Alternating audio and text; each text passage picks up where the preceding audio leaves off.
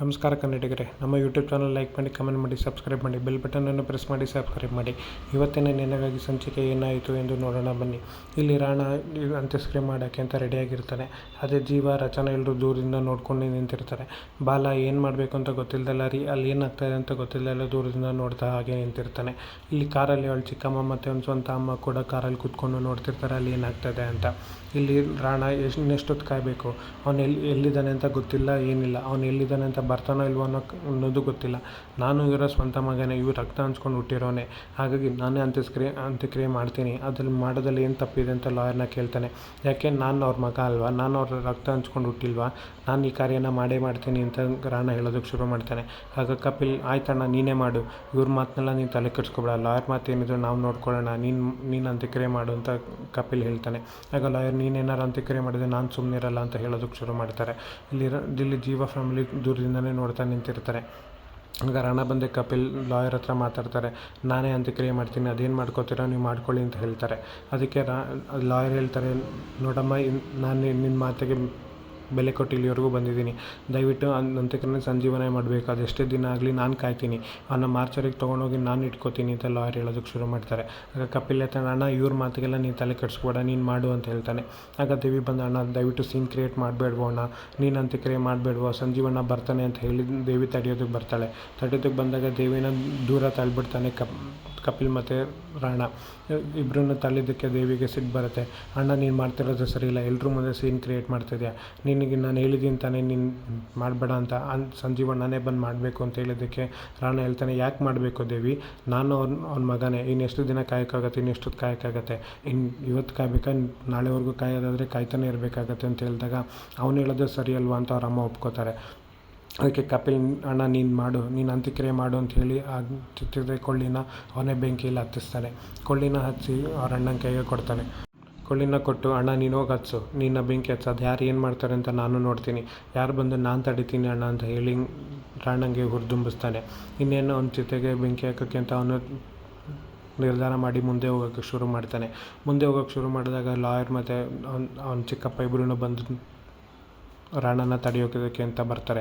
ತಡೆಯೋಕ್ಕೆ ಅಂತ ಬಂದಾಗ ಇಲ್ಲಿ ದೂರದಿಂದ ಅವ್ರ ಚಿಕ್ಕಮ್ಮ, ಇವನು ಏನು ಮಾಡೋಕ್ಕೆ ಹೊರಟಿದ್ದಾನೆ, ಇವನು ಯಾಕೆ ಅಂತ್ಯ ಸಂಸ್ಕಾರ ಮಾಡೋದಕ್ಕೆ ಹೊರಟಿದ್ದಾನೆ ಅಂತ ಹೇಳಿ ದೂರದಿಂದ ನೋಡ್ತಾ ನಿಂತಿರ್ತಾರೆ. ಅವ್ನ ಚಿಕ್ಕಪ್ಪ ಮತ್ತು ಲಾಯರ್ ಇಬ್ಬರು ಬಂದು ರಾಣನ ತಡೆಯೋಕ್ಕೆ ಅಂತ ಬರ್ತಾರೆ. ತಡೆಯೋಕ್ಕೆ ಅಂತ ಬರಬೇಕಾದ್ರೆ ಕಪಿಲ್, ಅಣ್ಣ ನೀನು ಅಂತ್ಯಕ್ರಿಯೆ ಮಾಡು, ಇಬ್ಬರನ್ನ ನಾನು ತಡಿತೀನಿ ಅಂತ ತಡೆಯೋದಕ್ಕೆ ಬರ್ತಾನೆ. ಕಪಿಲ್ನ ಲಾಯರ್ ತಳ್ಳಿ ಮುಂದಕ್ಕೆ ಹೋಗಿ ರಾಣನ ಹಿಡಿದು ಹಿಂದಕ್ಕೆ ತಳ್ತಾರೆ. ಹಿಂದಕ್ಕೆ ತಳ್ದಾಗ ರಾಣಂಗೆ ಕೋಪ ಬರುತ್ತೆ. ಅಗ್ನಿಕುನ ಇಟ್ಕೊಂಡು ಮುಂದೆ ಬರ್ತಾನೆ. ಅಲ್ಲಿ ಅವ್ನ ಚಿಕ್ಕಮ್ಮ ಮತ್ತು ಅವ್ನ ಸ್ವಂತ ಅಮ್ಮ ಇವನು ಯಾಕೆ ಅಂತ್ಯಕ್ರಿಯೆ ಮಾಡ್ತಿದ್ದಾನೆ ಅಂತ ನೋಡ್ತಾ ನಿಂತಿರ್ತಾರೆ. ಇಲ್ಲಿ ಜೀವನ್ಗೆ ಅಲ್ಲಿ ಏನು ಮಾಡ್ತಿದ್ದಾರೆ ಇವರು ಅಂತ ನೋಡ್ಕೊಂಡು ದೂರದಿಂದನೇ ನಿಂತಿರ್ತಾನೆ. ರಾಣ, ನಾನೇ ಮಾಡ್ತೀನಿ, ಅದೇನಾಗುತ್ತೋ ನಾನು ನೋಡ್ತೀನಿ ಅಂತ ಹೇಳಿ ಮುಂದೆ ಹೋಗಿ ಅವನ ಅಂತ್ಯಕ್ರಿಯೆ ಮಾಡೋದಕ್ಕೆ ಅಂತ ಹೋಗ್ತಾನೆ. ಅವರಮ್ಮ ಖುಷಿಯಿಂದ ನನ್ನ ಮಗನೇ ಅಂತ್ಯಕ್ರಿಯೆ ಮಾಡ್ತಾಯಿದ್ದಾನೆ ಅಂತ ಖುಷಿ ಪಡ್ತಾ ಇರ್ತಾಳೆ ಅವರಮ್ಮ. ಇಲ್ಲಿ ರಾಣ ಮೂರು ಪ್ರದಕ್ಷಿಣೆ ಹಾಕ್ಬೇಕಂತ ಮುಂದಕ್ಕೆ ಬಂದಾಗ ಅಲ್ಲಿರೋಂಥ ಅಭಿಮಾನಿಗಳು ಬಂದು, ನೀವ್ಯಾಕೆ ಮಾಡ್ತಿದ್ದೀರಾ, ದೊಡ್ಡ ಯಜಮಾನ್ರು ಬಂದು ಈ ಅಂತ್ಯ ಸಂಸ್ಕಾರ ಮಾಡಬೇಕು, ನಿಮಗೆ ಮಾಡೋ ಅಧಿಕಾರ ಇಲ್ಲ ಅಂತ ನಮಗೆಲ್ರಿಗೂ ಗೊತ್ತಾಗಿದೆ, ನೀವು ಮಾಡಬೇಡಿ ಅಂತ ಹೇಳ್ತಾನೆ ರಾಣಂಗೆ. ಆಗ ಕಪಿಲ್ ಹೇಳ್ತಾನೆ, ನಮ್ಮ ಮನೆ ಕೆಲಸ ಮಾಡೋ ನಾಯಿಗಳು ನೀವು ಬಂದು ನಮ್ಗೆ ಏನು ಮಾಡಬೇಕು ಏನು ಮಾಡಬಾರ್ದು ಅಂತ ಹೇಳ್ತೀರಾ, ಇದನ್ನೆಲ್ಲ ಕೇಳೋಕ್ಕೆ ನೀವು ಯಾರು ಅಂತ ಹೇಳಿ ಅವ್ರಿಗೆ ಹೊಡೆಯೋದಕ್ಕೆ ಶುರು ಮಾಡ್ತಾನೆ. ಕಪಿಲ್ ಅವ್ರಿಗೆಲ್ರೂ ಹೊಡೆದು ಕೆಳಗುರುಳಿಸಿ ಎಲ್ಲರೂ ಹೊಡೆಯೋದಕ್ಕೆ ಶುರು ಮಾಡ್ತಾನೆ. ರಾಣ, ಅವನ್ನೆಲ್ಲ ನೀನು ನೋಡ್ಕೊ, ನಾನಿಲ್ಲ ಅಂತ ಸಂಸ್ಕಾರ ಮಾಡ್ತೀನಿ ಅಂತ ರಾಣ ಮುಂದಕ್ಕೆ ಹೋಗ್ತಾನೆ. ಎಲ್ರಿಗೂ ಕಪಿಲ್ ಚೆನ್ನಾಗಿ ಹೊಡೆಯೋದಕ್ಕೆ ಶುರು ಮಾಡ್ತಾನೆ. ಅವ್ರಿಗೆ ಹೊಡೆಯೋದನ್ನು ನೋಡಿ ಅವ್ನ ಚಿಕ್ಕಪ್ಪ ಮತ್ತು ಲಾಯರ್ ಇಬ್ಬರು ಬಂದು ಕಪಿಲ್ನ ತಡೆಯೋದಕ್ಕೆ ಅಂತ ಹೋಗ್ತಾರೆ. ಕಪಿಲ್ನ ತಡೆಯೋದಕ್ಕೆ ಹೋದಾಗ ಲಾಯರ್ನ ಮತ್ತು ಅವ್ರ ಅಪ್ಪನ ಇಬ್ಬರನ್ನು ತಡೆದು ನಿಲ್ಲಿಸ್ತಾನೆ. ಕಪಿಲ್ ಅವರಿಬ್ಬರನ್ನು ತಡೆದು ನಿಲ್ಲಿಸಿ ದೂರ ತಳ್ಳೋದಕ್ಕೆ ಶುರು ಮಾಡ್ತಾನೆ. ಅಲ್ಲಿಗೆ ದೇವಿ ಬಂದಾಗ ದೇವಿನೂ ಕೂಡ ಹಿಂದಕ್ಕೆ ತಳ್ತಾನೆ. ಇಲ್ಲಿ ರಚನಾ, ಅಲ್ಲಿ ಏನಾಗ್ತದೆ, ಇವ್ರು ಯಾಕೆ ಹಿಂಗೆ ಜಗಳ ಆಡ್ತಿದ್ದಾರೆ ಅಂತ ಒಂದು ಅರ್ಥ ಆಗ್ತಾಯಿಲ್ವಲ್ಲ ಅಂತ ರಚನಾ ಹೇಳ್ತಿರ್ತಾಳೆ. ಆಗ ಜೀವನ್ಗೆ ಕೋಪ ಬರೋದಕ್ಕೆ ಶುರು ಆಗುತ್ತೆ. ಅವ್ನ ಕೈ ಮುಷ್ಟನ್ನ ಗಟ್ಟಿ ಮಾಡಿ ಇವ್ರಿಗೆಲ್ಲ ಏನಾದ್ರು ಗತಿ ಕಾಣಿಸ್ಲೇಬೇಕು ಅಂತ ನಿರ್ಧಾರ ಆಗೋದಕ್ಕೆ ಶುರು ಆಗ್ತಾನೆ. ಲಾಯರ್ ಹೇಳ್ತಾ ಇರ್ತಾರೆ, ಕಪಿಲ್ ಬೇಡ ಕಣೋ, ಇಂಥ ಕೆಲಸ ಮಾಡಬೇಡಿ, ಸಂಜೀವನೇ ಬಂದು ಅವನ ಅಂತ್ಯಕ್ರಿಯೆ ಮಾಡಬೇಕು, ನನ್ನ ಗೆಳೆಯನ ಅಂತ್ಯಕ್ರಿಯೆ ಮಾಡಿದಾಗಲೇ ಅವನ ಆತ್ಮಕ್ಕೆ ಶಾಂತಿ ಸಿಗೋದು, ದಯವಿಟ್ಟು ಇಂಥ ಕೆಲಸ ಮಾಡಬೇಡಿ ಅಂತ ಹೇಳಿ ಕಿರ್ಚ್ಕೊತಾ ಇರ್ತಾನೆ. ದೇವಿ ಅದಕ್ಕೆ, ಇದನ್ನು ಯಾರು ತಡೆಯೋರು ಯಾರು ಇಲ್ವಾ, ಇವ್ರು ಯಾಕೆ ಹಿಂಗೆ ಮಾಡ್ತಿದ್ದಾರೆ, ನನ್ನ ಮಾತನ್ನ ಯಾಕೆ ಇವ್ರು ಕೇಳ್ತಿಲ್ಲ ಅಂತ ದೇವಿ ಕಿರ್ಚೋದಕ್ಕೆ ಶುರು ಮಾಡ್ತಾಳೆ. ಇಲ್ಲಿ ಲಾಯರ್ನ ಮತ್ತು ಅವರ ಅಪ್ಪನ ಇಬ್ಬರು ಕಪಿಲ್ ತಡೆದು ನಿಲ್ಲಿಸಿರ್ತಾನೆ. ಇಲ್ಲಿ ಜೀವನ್ಗೆ ಕೋಪ ತಡೆಯೋಕ್ಕಾಗ್ದಲ್ಲೇ ನಾನಿನ್ನು ಮುಂದೆ ಹೆಜ್ಜೆ ಇಡಲೇಬೇಕು ಅಂತ ನಿರ್ಧಾರ ಮಾಡಿ ಹೆಜ್ಜೆ ಮುಂದೆ ಇಡೋದಕ್ಕೆ ಶುರು ಮಾಡ್ತಾನೆ. ಹೆಜ್ಜೆ ಮುಂದೆ ಇಟ್ಟು ನಡ್ಕೊಂಡು ಅಂತ್ಯಕ್ರಿಯೆ ಮಾಡೋಂಥ ಜಾಗಕ್ಕೆ ಹೋಗೋದಕ್ಕೆ ಶುರು ಮಾಡ್ತಾನೆ. ಇಲ್ಲಿ ದೇವಿ ತಲೆ ಮೇಲೆ ಕೈ ಇಟ್ಕೊಂಡು ಎಂಥ ಕೆಲಸ ಮಾಡೋದಕ್ಕೆ ಹೊರಟಿದೆಯಾ ಅಣ್ಣ ನೀನು? ಸಂಜೀವಣ್ಣ ಬಂದಂತೆ ಸಂಸ್ಕಾರ ಮಾಡಬೇಕು, ದಯವಿಟ್ಟು ನೀನು ಮಾಡಬೇಡ ಅಂತ. ಸಂಸ್ಕಾರ ಮಾಡಿದ್ರೆ ದೊಡ್ಡಪ್ಪಂಗೆ ಅದು ಸಲ್ಲಲ್ಲ, ದೊಡ್ಡಪ್ಪನ ಕೊನೆ ಆಸೆನ ನಾವು ನೆರವೇರಿಸಲೇಬೇಕು, ನೀನು ಎಂಥ ತಪ್ಪು ಮಾಡಬೇಡ ಅಣ್ಣ ಅಂತ ಹೇಳಿ ರಾಣಂಗೆ ಹೇಳ್ತಿರ್ತಾಳೆ. ರಾಣ ಇನ್ನೇನು ಚಿತೆಗೆ ಕೊಳ್ಳಿ ಇಡಬೇಕು ಅನ್ನೋ ಅಷ್ಟರಲ್ಲಿ ಅಲ್ಲೊಂದು ಕೈ ಬರುತ್ತೆ. ಕೈನ ಕೊಳ್ಳಿ ಇಟ್ಕೋತಾನೆ. ಅದು ನೋಡಿದೆ ಜೀವ ಕೊಳ್ಳಿನ ಇಟ್ಕೋತಾನೆ. ಆಗ ಅಲ್ಲಿರೋ ಜನರೆಲ್ಲೂ ಖುಷಿ ಪಡೋದಕ್ಕೆ ಶುರು ಮಾಡ್ತಾರೆ. ದೊಡ್ಡ ಯಜಮಾನ್ರು ಬಂದರು ಅಂತ್ಯ ಸಂಸ್ಕಾರ ಮಾಡೋಕ್ಕೆ ದೊಡ್ಡ ಯಜಮಾನ್ರು ಬಂದರು ಅಂತ ಜನರೆಲ್ಲೂ ಕಿರ್ಚ್ಕೊಳ್ಳೋದಕ್ಕೆ ಶುರು ಮಾಡ್ತಾರೆ. ಅದನ್ನು ದೇವಿ ನೋಡಿ ಖುಷಿ ಪಡೋದಕ್ಕೆ ಶುರು ಪಡ್ತಾಳೆ. ಅಲ್ಲಿರೋಂಥ ಜನರೆಲ್ಲರೂ ಅವ್ರ ಅಭಿಮಾನಿಗಳು ಸೇರಿ ದೊಡ್ಡ ಯಜಮಾನ್ರು ಬಂದರು, ಇನ್ನು ಅಂತ್ಯಕ್ರಿಯೆ ಅವರೇ ಮಾಡಬೇಕು ಅಂತ ಹೇಳೋದಕ್ಕೆ ಶುರು ಮಾಡ್ತಾರೆ. ಅಲ್ಲಿ ಜೀವ ಕೊಳ್ಳಿ ಇಟ್ಕೊಂಡಿದ್ದಕ್ಕೆ ರಾಣ ಅದನ್ನು ನೋಡ್ಕೊಂಡು ಜೀವ ಕೋಪದಿಂದ ಕೈಯಲ್ಲಿ ಕೊಳ್ಳಿನ ಇಟ್ಕೊಂಡಾಗ ರಾಣ ಹಂಗೆ ಅದು ಕೊಳ್ಳಿನ ಬಿಡಲೇಬೇಕಾಗಿರೋಂಥ ಪರಿಸ್ಥಿತಿ ಬರುತ್ತೆ. ಆದರೆ ರಚನಾ ಇದನ್ನು ನೋಡಿ ಜೀವನೇ ಸಂಜೀವ್ ರಾಘವಚಂದ್ರನ, ಇದು ಹೇಗೆ ಸಾಧ್ಯ, ಇವ್ರು ಯಾಕೆ ಹೋಗಿ ಕೊಳ್ಳಿ ಇಟ್ಕೋತಾ ಇದ್ದಾರೆ ಅಂತ ಆಶ್ಚರ್ಯದಿಂದ ನೋಡ್ತಿರ್ತಾಳೆ. ಹಾಗೆ ನೋಡ್ಬೇಕಾದ್ರೆ ಬಾಲ ಇಲ್ಲಿ ನಗ್ತಾ ಖುಷಿ ಪಡ್ತಾ ಇರ್ತಾನೆ. ಯಾಕೆ ಅಂತಂದರೆ ಬಾಲಂಗೆ ಆಲ್ರೆಡಿ ಜೀವ ಯಾರು, ಅವ್ನ ಚರಿತ್ರೆ ಏನು, ಅವನೇನು ಯಾವ ಬ್ಯಾಕ್ಗ್ರೌಂಡ್ ಅನ್ನೋದೆಲ್ಲ ಅವನಿಗೆ ಗೊತ್ತಿರುತ್ತೆ. ಆಗ ರಚನಾ ಕೇಳಿದ್ದಕ್ಕೆ ಬಾಲ ಹೇಳ್ತಾನೆ, ನಿಮಗೆ ಎಲ್ಲ ಗೊತ್ತಾಗುತ್ತೆ ರಚನಾ, ಸ್ವಲ್ಪ ಹೊತ್ತು ಕಾದು ನೋಡಿ ಅಂತ ಹೇಳಿ ರಚನಂಗೆ ಹೇಳ್ತಾನೆ. ಇಲ್ಲಿ ಜೀವ ಕೊಳ್ಳಿ ಇಟ್ಕೊಂಡಿದ್ದಕ್ಕೆ ರಾಣ ಕೊಳ್ಳಿನ ಕೈ ಬಿಟ್ಟು ಅಲ್ಲಿಂದ ಸೈಡಿಗೆ ಹೋಗೋದಕ್ಕೆ ಶುರು ಮಾಡ್ತಾನೆ. ಸೈಡಿಗೆ ಹೋಗಿ ಅವ್ರ ಅಮ್ಮನ ಪಕ್ಕ ನಿಂತ್ಕೋತಾನೆ. ಇಲ್ಲಿ ಜೀವ ಕೊಳ್ಳಿನ ಇಟ್ಕೊಂಡು ಕಣ್ಣನ್ನು ಕೆಂಪು ಮಾಡಿಕೊಂಡು ಒಂದು ದೃಶ್ಯದಿಂದ ನೋಡ್ತಿರ್ತಾನೆ.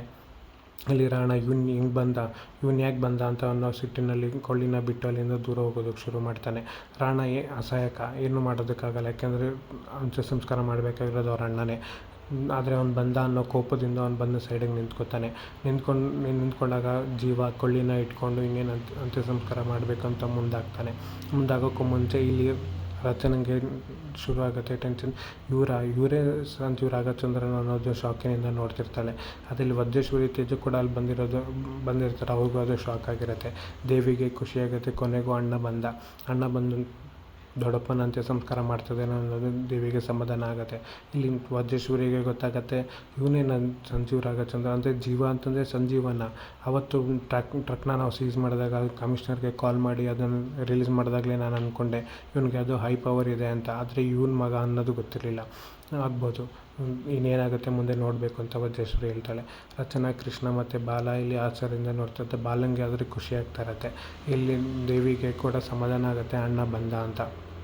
ಜೀವ ಕೊಳ್ಳಿನ ಕೆಳಗಿಟ್ಟು ಅವ್ರ ಅಪ್ಪನ ಹತ್ರ ಹೋಗಿ ಅಪ್ಪನ ತಪ್ಪಿಕೊಂಡು ದಯವಿಟ್ಟು ಕ್ಷಮಿಸ್ಬಿಡಿ, ನಿಮ್ಮನ್ನ ತುಂಬ ನೋವು ಕೊಟ್ಬಿಟ್ಟಿದ್ದೀನಿ.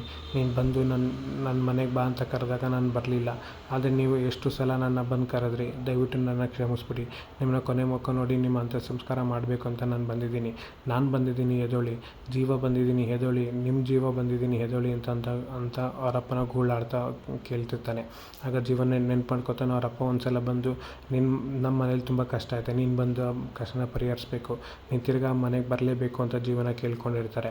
ಅದೇ ಜೀವ ಇಲ್ಲ, ನಾನು ಖಂಡಿತವಾಗಿ ಹೇಳ್ತಿದ್ದೀನಿ, ದಯವಿಟ್ಟು ನನ್ನ ಮನೆಗೆ ಒಂದೊಂದು ಸಲ ಬರೋದಿಲ್ಲ, ದಯವಿಟ್ಟು ನನ್ನ ಮನೆಗೆ ಬನ್ನಿ ಅಂತ ಮತ್ತೆ ಕರಿಬೇಡಿ, ದಯವಿಟ್ಟು ನನ್ನ ಬಿಟ್ಬಿಡಿ ಅಂತ ಜೀವ ಕೇಳ್ಕೊಂಡಿರ್ತಾನೆ. ಅವರಪ್ಪ ಎಲ್ಲ ನೀನು ಬರಲೇಬೇಕು ಅಂದಾಗ ಜೀವ ಅದನ್ನು ಖಂಡಿತವಾಗಿ ಅದನ್ನು ತೆಗೆದಾಕಿರ್ತಾನೆ. ಅವತ್ತು ನಾನು ನಿಮಗೆ ಬರಲ್ಲ ಅಂತ ಹೇಳಿ ತಪ್ಪು ಮಾಡಿಬಿಟ್ಟೆ, ಅವತ್ತು ನಾನು ಬಂದಿದ್ದರೆ ಇವತ್ತು ನೀವು ಬೇಗ ಹೋಗೋದನ್ನು ನಾನು ನೋಡ್ತಿರ್ಲಿಲ್ವೋ ಏನೋ, ಈ ಚಿಂತೆಲೇ ನೀವು ಪ್ರಾಣನೇ ಬಿಡೋಂಥ ಪರಿಸ್ಥಿತಿ ಬಂತು, ದಯವಿಟ್ಟು ನನ್ನ ಕ್ಷಮಿಸ್ಬಿಡಿ ಅಪ್ಪ, ನನ್ನ ಕ್ಷಮಿಸ್ಬಿಡಿ, ನಾನು ಇಂಥ ತಪ್ಪು ಮಾಡಬಾರ್ದಾಗಿತ್ತು ಅಂತ ಜೀವ ಗೋಳಾಡ್ತಾ ಅವ್ರ ಅಪ್ಪನ ತಪ್ಪಿಕೊಂಡು ಅಳೋದಕ್ಕೆ ಶುರು ಮಾಡ್ತಾನೆ. ಅವ್ರ ಅಪ್ಪನ ತಪ್ಪಿಕೊಂಡು ನಾನು ಮಾಡಿದ ತಪ್ಪಾಯಿತು, ನನ್ನ ಕ್ಷಮಿಸ್ಬಿಡಿ ಅಂತ ಕೇಳೋದಕ್ಕೆ ಶುರು ಮಾಡ್ತಾನೆ. ಅಲ್ಲಿ ಅವನ ಚಿಕ್ಕಪ್ಪ ಮತ್ತು ಅವರ ಅಮ್ಮ ಅವ್ನು ಬಂದಿದ್ದು ನಾನು ದೂರದಿಂದನೇ ನೋಡ್ತಾ ಇರ್ತಾನೆ. ಜೀವ ಬಂದಿದ್ದು ಅವರಿಗೆ ಖುಷಿ ಆಯಿತೋ ಇಲ್ವೋ ಅನ್ನೋದಕ್ಕೆ ಮಾತ್ರ ಗೊತ್ತಿಲ್ಲ. ಆದರೆ ಜೀವ ಇಲ್ಲಿ ಅವ್ರ ಅಪ್ಪನ ತಪ್ಪಿಕೊಂಡು ಅಳೋದಕ್ಕೆ ಶುರು ಮಾಡ್ತಾನೆ. ದಯವಿಟ್ಟು ನನ್ನ ಕ್ಷಮಿಸ್ಬಿಡಿ ಅಪ್ಪ, ನಾನು ತಪ್ಪು ಮಾಡಬಾರ್ದಾಗಿತ್ತು, ನಿನ್ನ ಅಂತ್ಯ ಸಂಸ್ಕಾರ ನಾನೇ ಮಾಡ್ತೀನಿ ಅಂತ ಹೇಳಿ ಅವನ್ನ ತಪ್ಪಿಕೊಂಡು ಅಳೋದಕ್ಕೆ ಶುರು ಮಾಡ್ತಾನೆ. ದೇವಿ ಬಾಯಿ ಮುಚ್ಕೊಂಡು ಅಳೋದಕ್ಕೆ ಶುರು ಮಾಡ್ತಾಳೆ. ಇಲ್ಲಿ ಜೀವ ಏನು ಮಾಡಬೇಕಂತ ಗೊತ್ತಿಲ್ಲ. ಅವ್ರ ಅಪ್ಪನ ತಪ್ಪಿಕೊಂಡು ಅವನಲ್ಲಿ ದುಃಖ ಇತ್ತು ಅದನ್ನೆಲ್ಲ ಹೊರಗೆ ಹಾಕೋದಕ್ಕೆ ಶುರು ಮಾಡ್ತಾನೆ. ಮುಂದೇನಾಗುತ್ತೆ ಕಾದು ನೋಡೋಣ.